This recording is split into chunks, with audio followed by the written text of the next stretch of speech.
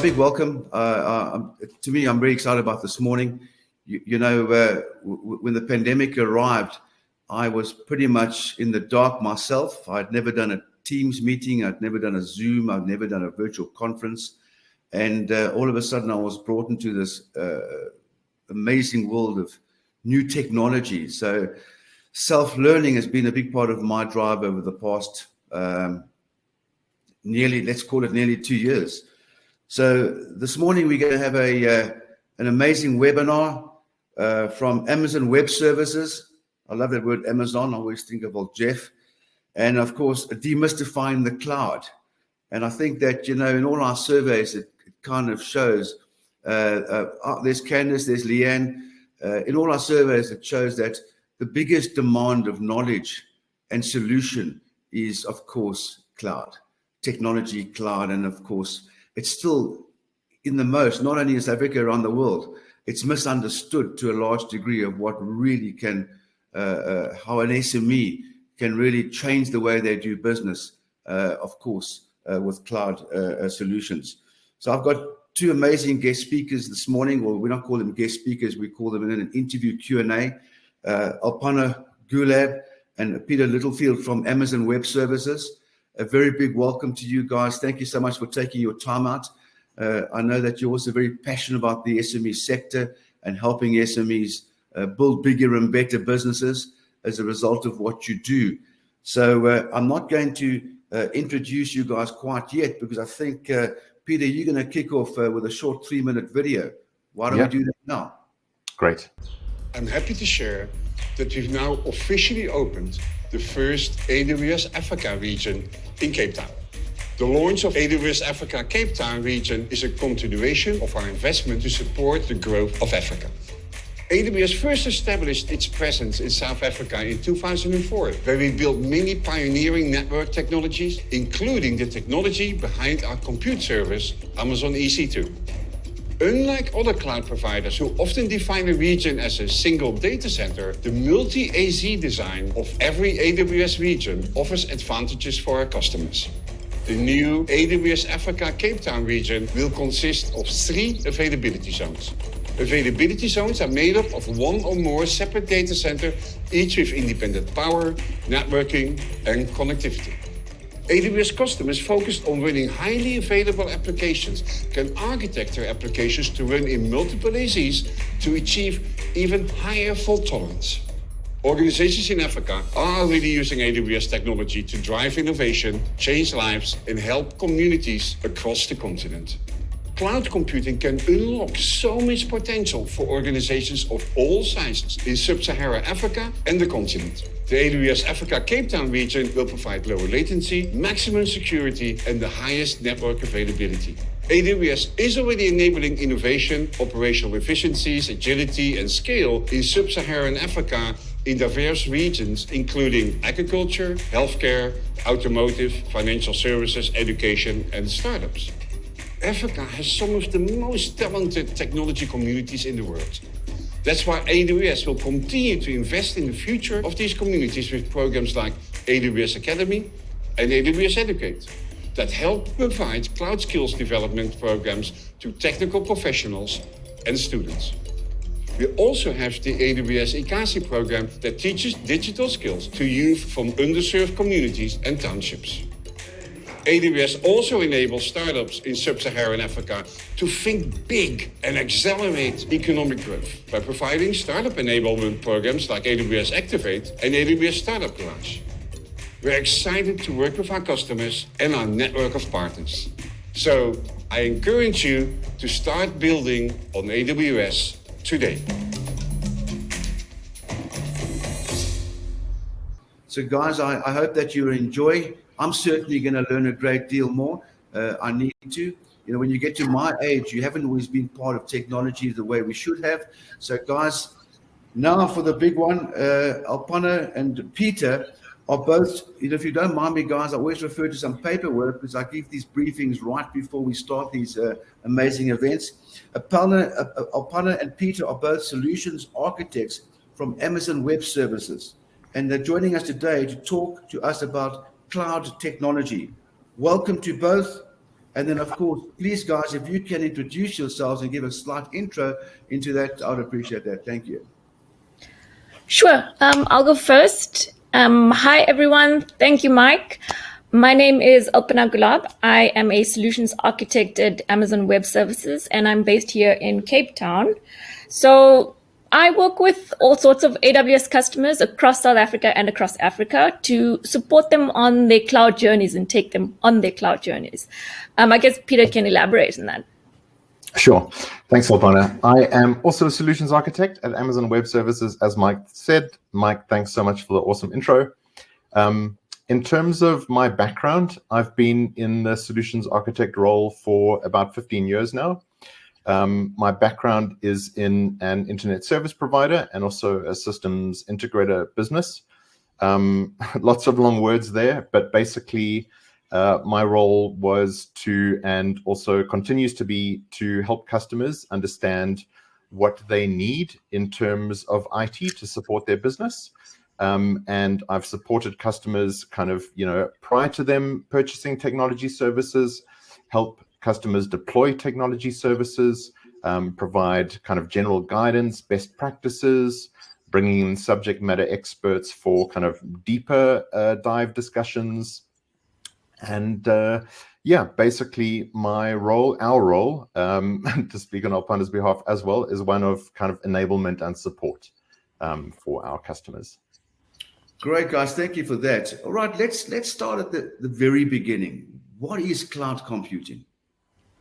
Okay, great starting point. Thanks, Mike. So at AWS, we define cloud computing as on-demand access to technical resources with pay-as-you-go pricing. So the analogy that that we like to use is electricity, and maybe not the best example in our current South African climate. But yes, so just like with electricity, you would only pay for it while you were consuming it. And to make it a little bit more real, we can go back to where and how AWS began. So what happened was back in 2006, after we had spent over a decade building and operating our retail site, Amazon.com, we realized we were pretty good at operating these massive scale data centers. And we decided that we would offer that expertise to the world at large. And so that's when we started with compute, storage, and messaging services. And I guess, Peter, maybe you can help with some practical examples. Sure. So in terms of those services that we started with, compute and storage, for example. So we've got quite a number of compute services, but the first one that we offered was called EC2. Sounds complicated. It's not the two C's. It says EC2. That's because it's Elastic Compute Cloud. And so we just said, for the compute in the cloud, it's two C's, EC2. So that lets you launch a server. Basically, like if you need a Windows server or a Linux server and you need to install software on it, you can launch a server with that service, EC2, and you only pay for the cost of the server while it's running. And the same goes for storage. We took a similar approach in terms of naming. So we started off with a storage service named Simple Storage Service. And the three S's of that became S3, which, anyone with kind of passing familiarity with AWS probably recognizes S3 as a storage service.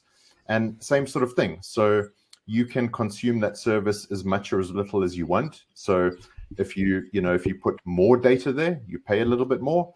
If you take data out of it, you pay less for that data. And so, to kind of simplify it even further, I guess, we could consider the alternative. So what would happen if you needed to install a piece of software?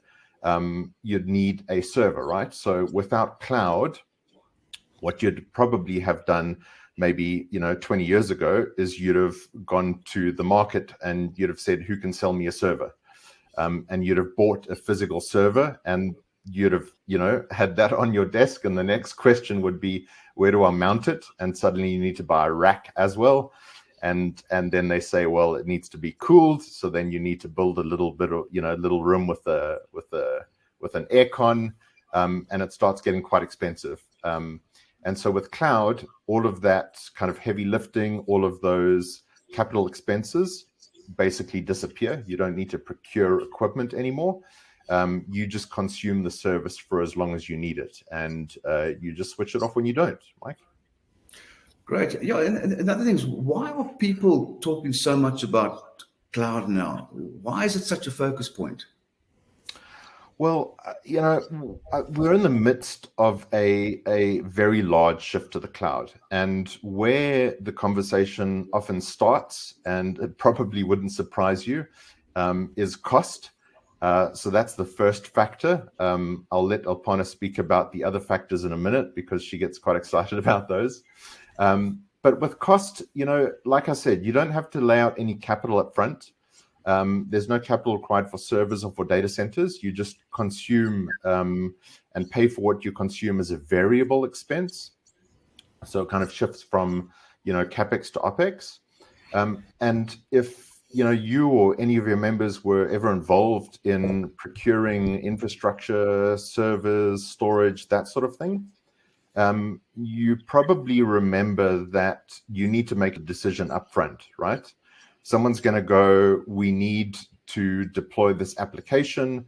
It might be a web server. We need to take care of the requirement for, 1,000 people to visit the server. And you need to kind of decide, do we try and err on the cheaper side and go for less resources? But then the risk is later on that maybe you need to upgrade that server, or there are outages as a result of not having enough resources, or you might decide to kind of over provision for your peak requirements in the future, right? And in that case, you are potentially sitting on idle resources that you're not using for a considerable portion of the time. And so with cloud, you just provision for what you need today. And if it turns out you need less, you stop using as much of it. And if it turns out you need more, well, it provides you kind of agility and flexibility to just kind of even automatically provision more. And then, kind of on top of that, the operational expenditure, the variability, the price point that, we as AWS are able to offer services, given our economies of scale, it's often a lot lower than virtually what any other company can achieve because of our massive scale. So we pass those savings on to our customers. And furthermore, just in terms of cost, as we achieve better economies of scale, it's not just that the costs are low and they remain low statically. We've actually lowered our costs since that launch date in 2006 that Alpana mentioned. We've lowered our prices 107 times up until April this year. And so, that cost factor is super, super compelling. Do you want to speak to those other factors, Alpana? Yeah.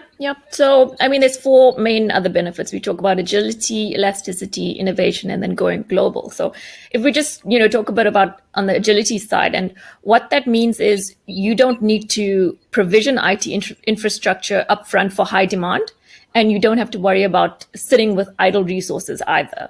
Then when we talk about elasticity, this gives you the ability to automatically and dynamically scale your tech resources. So, for example, if you have an e-commerce website, for example, and you're running a big promotion, and this causes tons of customers to now visit your website, then what happens is it scales automatically. And when the load drops, you can scale it back down also automatically. And we provide lots of tools that help you do this pretty easily. That's the third. Then the fourth enabler that cloud provides is to help you innovate faster. And you might ask, how? Well, if you're not needing to manage servers and infrastructure, then this cloud lets you then focus yourself and your team on doing things that would differentiate your business and allows you to innovate. The last thing that I want to touch on there is the ability to go global in minutes. And what I mean by this is at AWS, we have this amazing global infrastructure. It's the most extensive and the most reliable of all providers. So what you could do is you'd set up your application in our Cape Town region, for example. And if you need to expand geographically, you can easily extend your application globally and quite literally in minutes to other regions across the globe. doing something like that could tremendously improve customer experiences. And if you have customers accessing your application or your website from different locations, and you can do all of this without costing yourself an arm and a leg. And just to add to that, Mike, to make it a bit more real in terms of stats, there was a recent Deloitte study published on cloud enablement for small business. And it said that the percentage of SMEs that believe cloud will enable their business to scale and grow faster is around 85%. And that 85% aren't wrong. According to the same study, SMEs, when using cloud technology to overcome growth challenges, they were able to grow 26% faster. And when leveraging cloud, delivered 21% higher gross profits. Okay, that's interesting. Here's a big one coming from business owners about using the cloud or running their businesses on the cloud. Is how secure is it? How secure is it? And also, is their data safe? Yeah, absolutely. I can speak for AWS. And yes, the AWS cloud is secure, and security will always be our top priority. We have the same security isolations that would be found in a traditional data center. So things like a physical data center security, separation of network, isolation of server hardware, isolation of storage, all those things are present. We also have what we call a shared responsibility model with the customer. And what that means is AWS manages and controls the components of the operating system layer down to the physical security of the facilities where the services operate. And then AWS customers are responsible for building secure applications on top of that. And we would also provide the best practices and encryption tools that customers can then leverage to configure the application security measures. And just to add, one of the great things about cloud is that AWS customers can leverage the best practices of our policies, our architecture and our operational practices at Amazon that satisfy the requirements of even the most security sensitive customers. Mike? Okay, this is an interesting one for me, especially what's happened of late. What about privacy on the cloud? And once data is stored on the cloud, who actually owns it?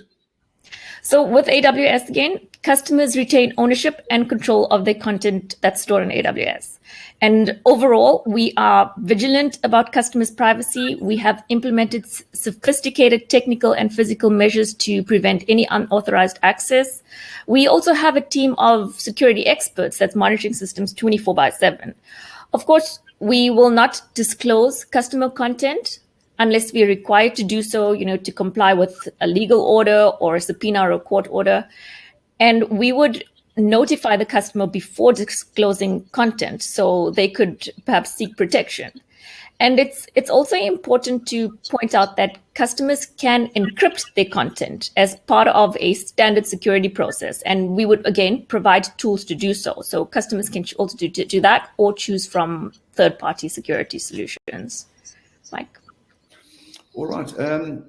Here's a good question coming through. And talking about security-sensitive customers and other customers, who is using cloud computing today? So today we have organizations of every type, every size and industry, and they are using cloud for various use cases, for things like data backups, for email, for virtual desktops. There's, big data analytics and others. For example, we have healthcare companies, and they are using the cloud to develop more personalized treatments for patients. We also have financial services companies. They're using the cloud for real-time fraud detection. And then we'll have video game makers. They are using the cloud for delivering online games to millions of players around the world. Mm-hmm. Okay. Here's a question from Gerard. If I've got Gerard's question right there, you can see on the right, team. If you run off AWS, do that automatically makes you POPI compliant? Should I go, Peter? If you like.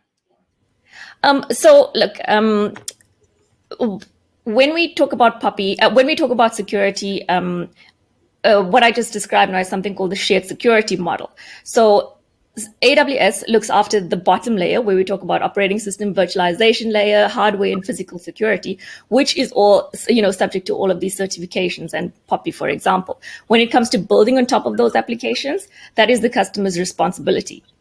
So that layer will fall under the customer's own sort of configurations, to which we can guide them to be POPI compliant. Okay, great. Thank you for that. Thanks, Gerard, for that question. Yeah, just to add on to that, what we do have is guidance around the POPI Act. And so if you just Google search AWS POPI Act, there's actually specific South African regulatory guidance on an AWS site that goes into a bit more detail around what Alpana mentioned now. Oh, great. Thank you for that, Peter. Yeah. Sure. One of the biggest news items in South African tech industry last year was the opening on a new AWS region in Cape Town. In simple terms, what is a region and what does this mean for local customers? I'll grab that one, Mike. Right. So a region in our terms, in AWS terms, kind of Alpana touched on it earlier, is the advantage of cloud to go to global in minutes. And that relates to the footprint, and the region is one of the concepts that make up that broader footprint. So to kind of be quite simple about it, a region is a physical location around the world where AWS clusters data centers. So that's a region. It's where data centers are clustered. Then the second concept is an availability zone. We call them AZs for short, so don't get too confused. Each AZ is made up of one or more data centers, and each AZ has its own independent power, cooling, and physical security, along with redundant networking, ultra-low latency networking and cabling, connecting them. And so you could imagine, if you picture a big data center facility, as that is being one AZ or availability zone. But, an AZ could actually be made up of more data centers. If an AZ needs to be expanded in the future, it might end up being 2, or even more facilities. But basically, each AZ is geographically separate from the other AZ. And as of today, we've got 25 regions around the world. And those 25 regions are made up with a total of 81 availability zones. And so, if you think about it in terms of you want to deploy a website or an application or a service, you would choose to do that in a region, potentially.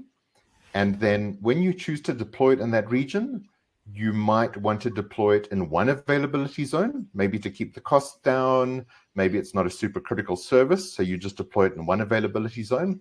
You'd still get, great redundancy, high availability. The environment, the data center itself is highly available with lots of redundancy built in. But equally, if it's, a super critical service, you could deploy that across multiple availability zones. And so you'd effectively then be deploying that potentially across 3 availability zones or 3 data centers.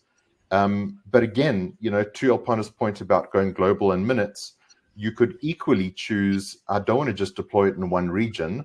I want to build it around multiple regions. And that's where you kind of might find the Netflixes of the world deploying across multiple regions across the globe. And all of those AWS infrastructure regions really do meet the highest levels of security compliance and data protection. Okay, great. And Mike, sorry about that. And Mike, the launch of our own Cape Town region, that was in April 2020. It was super exciting. As Werner Vogels, our CTO, said in the video we just played, it speaks to a continuation of the AWS investment in Africa. So, if we just look back at our history again, in 2004, Amazon opened the development center in Cape Town. And since then, AWS has added a number of new teams, account managers, customer service reps, solution architects like Peter and I, and more, all helping customers in South Africa and Africa as they move to the cloud. We then opened an office in Johannesburg, and in 2018, we launched infrastructure on the continent, introducing our CDN to South Africa. So that was 2 edge locations in Cape Town and Johannesburg, and recently one in Nairobi in Kenya. And second, the new region, it helps builders in organizations of all sizes. So from startups to SMBs to enterprises, as well as educational institutions, NGOs, and the public sector across Africa to innovate and to grow. Of course, it brings lower latency services to users across Africa. And, finally, to the last question, local customers with data residency requirements, for example, as well as those looking to comply with the protection of personal information, the POPI Act that we spoke about. They'll be able to store their data in South Africa with the assurance that they retain complete ownership of their data. Thanks, Mike. Okay, great. Now, importantly for the NSBC, so what does that mean practically for our members, and how would they get started? What could they do with the cloud? I'd say that depends on where they'd be in their journey, Mike, and what one would need to support their business. So a few examples I can give. Maybe the first is if you're new to cloud and technology services, you could take a look at, there's a website, it's quite literally one of the simplest URLs. You just go to aws.training. There's a lot of foundational e-learning you can do for free. There's loads of little courses. There's also instructor-led training, but equally there's like 30, 45-minute kind of e-learning courses where you can learn about cloud in general, concepts, fundamentals of tech.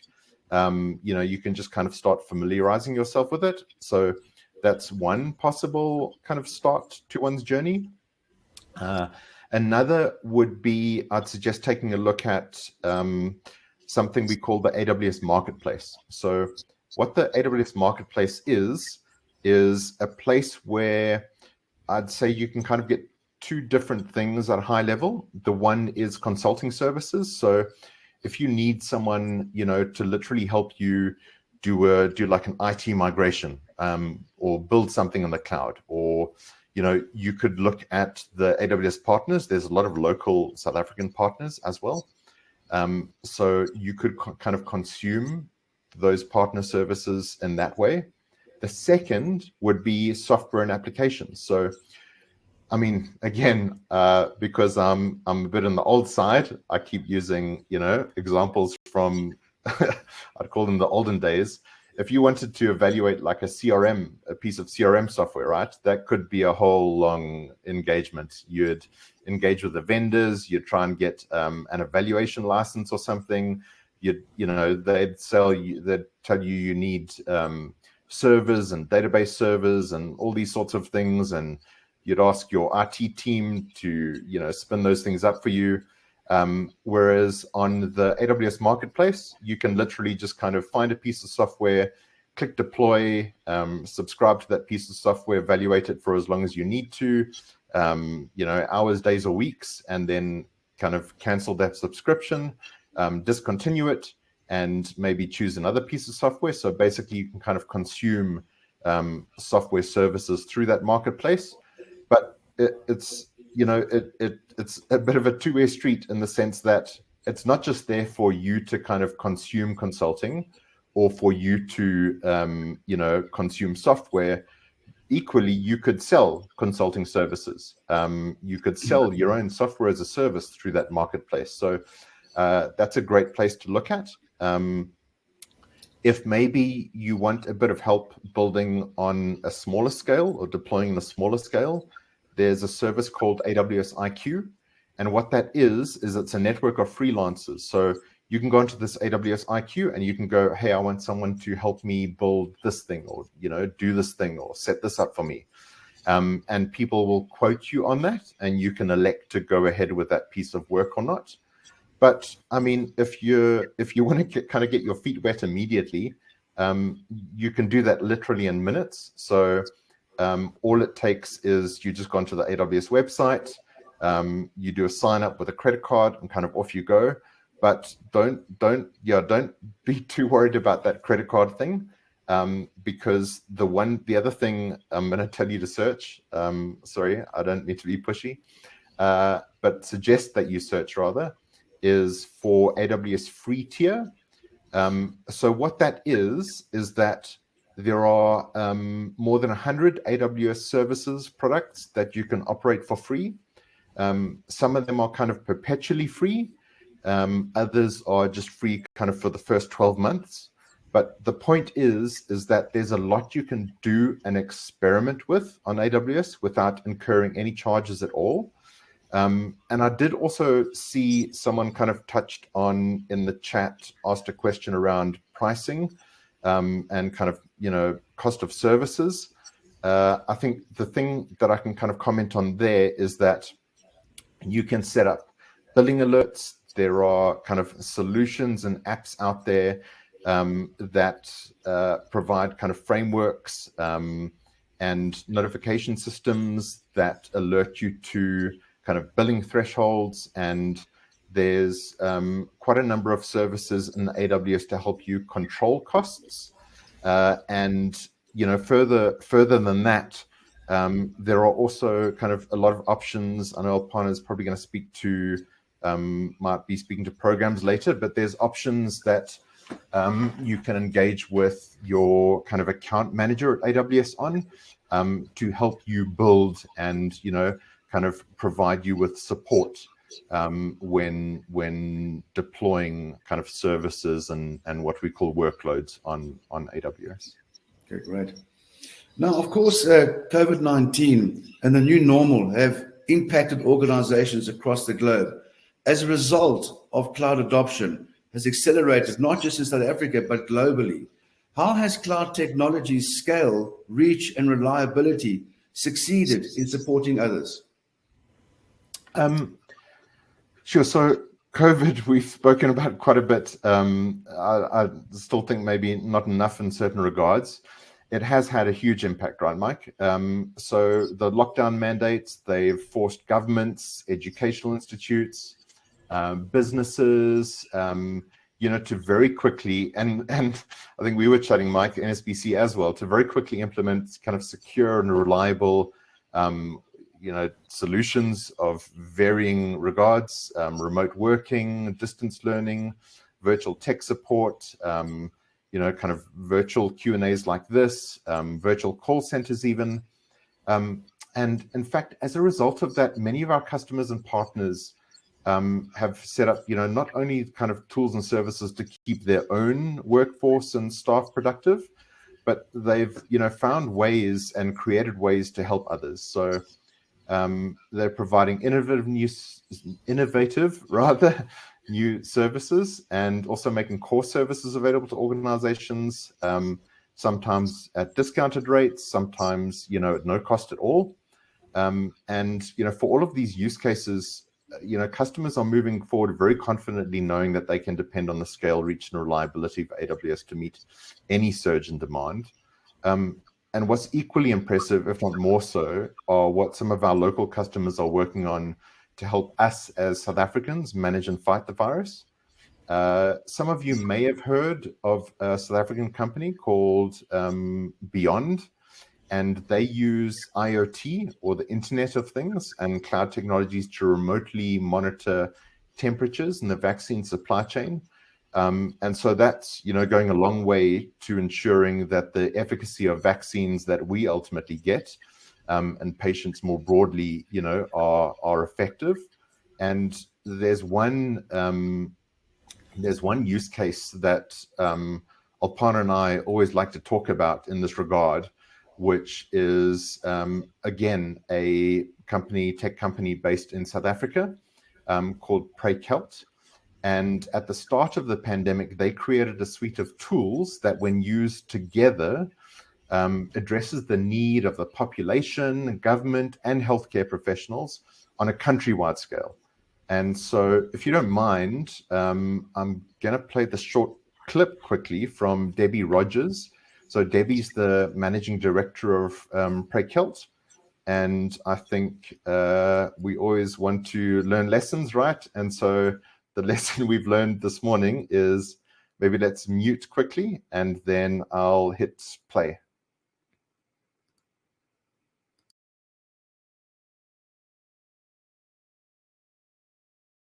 For a relatively small South African organization, we have a very large impact in the world. We're in 10 countries and on 2 continents. We reach over 30 million people every month with our services, and we're very proud to say that we've changed the lives of millions of Africans in the last decade. So we helped the National Department of Health to launch the COVID-19 WhatsApp channel, and very soon we saw massive growth in the program. We've reached 8 million people with vital information and services.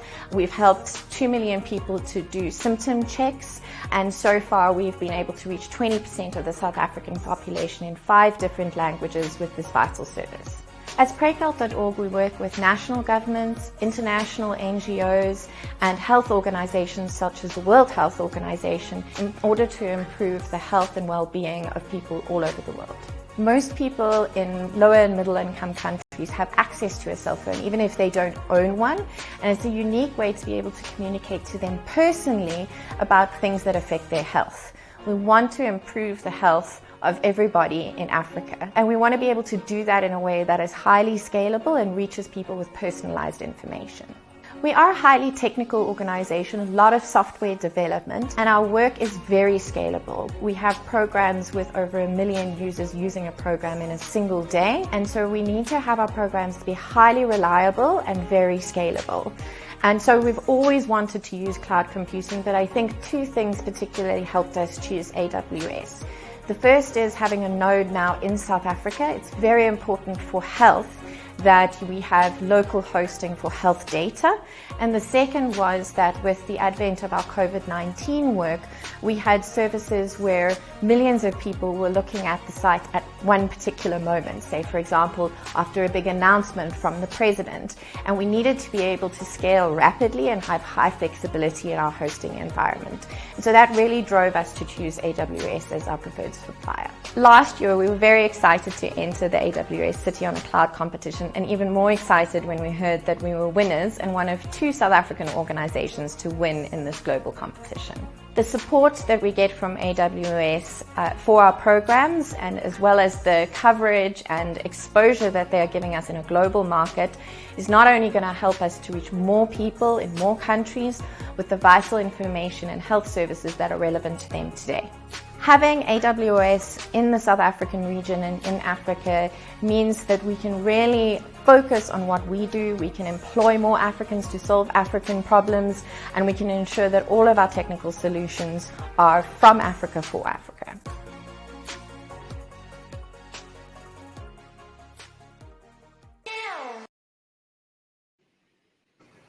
Great. Thank you for that. Right. Here's a big one. And of course, we all know that there are multiple cloud providers available today. How is AWS different from other technology providers? So, Mike, I think I would say one thing that stands out with AWS is that we are unusually customer focused. You know, a lot of companies say this, but very few actually walk that walk. You know, most of the big tech companies are actually competitive focused. They look at what competitors are doing and they try to one up on their competitors. And that can be a very successful strategy, but, you know, it's just not ours. 90% of what we build is driven by what customers tell us matters. And the other 10%, those are things that we kind of hear from customers, you know, where they're not properly able to articulate exactly what they want. And then we try and read between the lines and invent on their behalf. And then the second thing that also stands out somewhat is that at AWS, we are pioneers and our focus is largely on innovation. Okay, great. Thank you for that. Okay, yes, one thing we often hear is about how cloud technology is all about innovation. Amazon in particular has this culture of innovation that is well known. Are there any insights or lessons you can share with us in terms of what you believe contributed to the success of AWS? Mm-hmm. Yes, absolutely. So first of all, Amazon's mission is to be Earth's most customer-centric company. We strive to continually raise the bar of the customer experience by using the internet and to using technology to help consumers find and buy anything, and empower businesses and content creators to maximize their success. To help us fulfill this mission, we look to hire builders. So builders who love to invent, who want to build the future, builders who like to look at different customer experiences and reinvent them entirely. Those who understand that a launch is the starting line and not necessarily the finish line. And one way that we help our builders make high quality decisions at speed is through our leadership principles. So our leadership principles, these are a set of standards all Amazonians aspire to every day. They are ingrained in our culture. There's 16 leadership principles, and they describe how Amazon does business, how leaders lead, and how we keep the customer at the center of our decisions. We have a philosophy that everyone at Amazon is a leader. And part of that leadership is using these principles every day as guideposts to help us make better decisions in helping our customers. They're common vernacular, and we use them every day, and we use them to help us inform our decision and create these diverse perspectives. They describe how Amazon does business, how leaders lead, and how we keep the customer at the center, as I said. There are a couple of distinctly Amazonian ways that we go about doing things. And Peter, maybe you can explain some of those, the working backwards concept, two-way doors. Cool. Yeah, no, I'm glad you mentioned the leadership principles. They're something that I really love and really enjoy living and seeing my colleagues live. And one of those is, anyone can search for them. If you just search Amazon leadership principles, you'll see that full list of 16. But one of my favorites is bias for action. And so bias for action states speed matters in business. Many decisions and actions are reversible and do not need extensive study, and we value calculated risk-taking. And so one of the ways that we kind of think about, one of the mental models we've developed here, which again, you can read about, it's quite common knowledge, and there's YouTube videos about it. It's called one-way versus two-way doors. So a one-way door is basically kind of a decision that you might take that has irrevocable consequences. It needs deep analysis. So in the kind of Amazon and AWS space, it might be whether Amazon decides to build a new fulfillment center in a city somewhere, or whether AWS decides to build additional data centers. So those are pretty big decisions, right? But then you have two-way doors, which are most decisions. So those have reversible consequences. So that might be, experimenting with a new feature on our mobile shopping app. And so when we see a two-way door and we've got enough evidence and reason to believe that, going through it would be a good idea, we just go through it. We just walk through it. And either way, we've learned a valuable lesson. So that's the one. The other thing is that we have kind of a hallmark mechanism that we use, and we use that to consistently drive customer-centric innovation and execution, and that would be the working backwards process. And so we take an input of raw ideas that goes through our mechanisms, and we get the output of customer-centric products and services. And every customer-facing product or service that has been developed across Amazon uses the working backwards process.